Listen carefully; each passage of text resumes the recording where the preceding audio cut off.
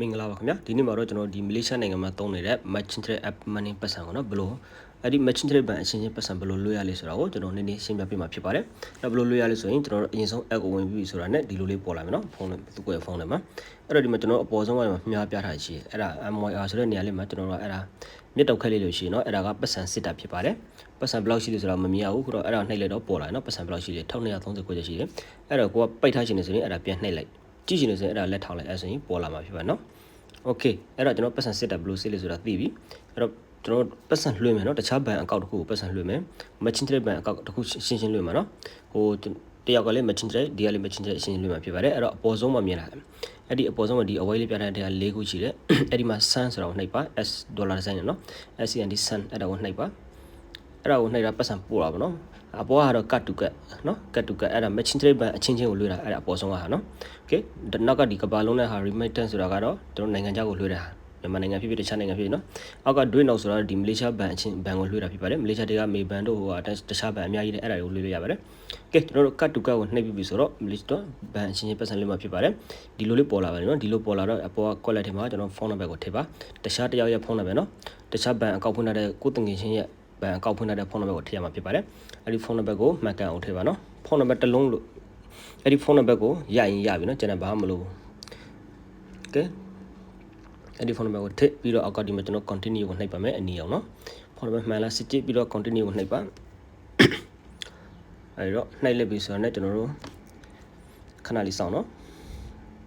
okay အဲ့ဆိုဒီလိုပေါ်လာပြီနော်နာမည်ရောဖုန်းနံပါတ်ပေါ်လာပြီအဲ့ဒီတော့ကျွန်တော်ပတ်စံဘယ်လောက်လွှဲမလဲဆိုတော့ဒီမှာ enter amount မှာနှိပ်ရမှာဖြစ်ပါတယ်အောက်မှာသူကတော့ပေးထားနော်100 200 300 100လွှဲမယ်ဆိုရင်100ကိုနှိပ်လိုက်တကယ်လို့တခြား amount လွှဲမယ်ဆိုရင်ကျွန်တော်တို့ဒီအပေါ်ကအကွက်လက်မှာရေးရမှာဖြစ်နော်ကျွန်တော်ကတော့ပတ်စံ1000လွှဲမှာဖြစ်တဲ့အတွက်1000ဆိုတော့ကိုရေးပါမယ်အဲ့ဒါကိုလက်ထောက်ပြီးတော့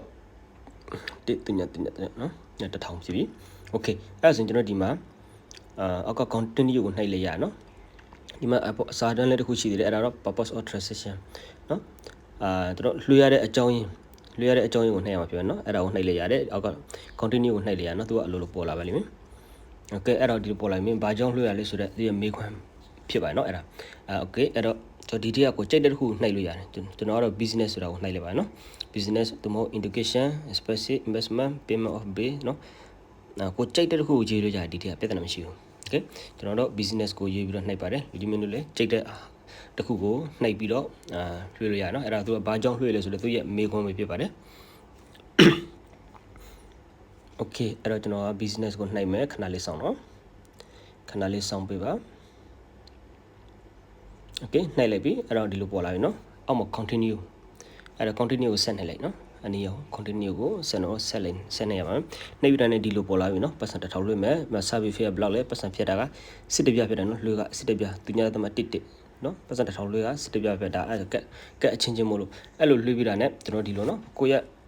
ဒီဘဏ်ကောက်ဖွင့်ထားတဲ့ဖုန်းနံပါတ်တွေကိုသူတို့စီက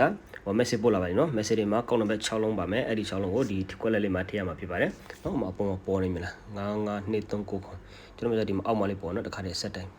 okay အဲ့ဒါကိုကျွန်တော်နှိပ်လိုက်တာ ਨੇ အော်တိုဝင်တော့ဖြစ်ပါတယ် okay နှိပ်ပြီဆိုရင်ကျွန်တော်တို့အောင်မြင်တော့ပါပြီပတ်စံလွှဲတာနော် okay ဒီမှာကျွန်တော်ကြည့်ပါ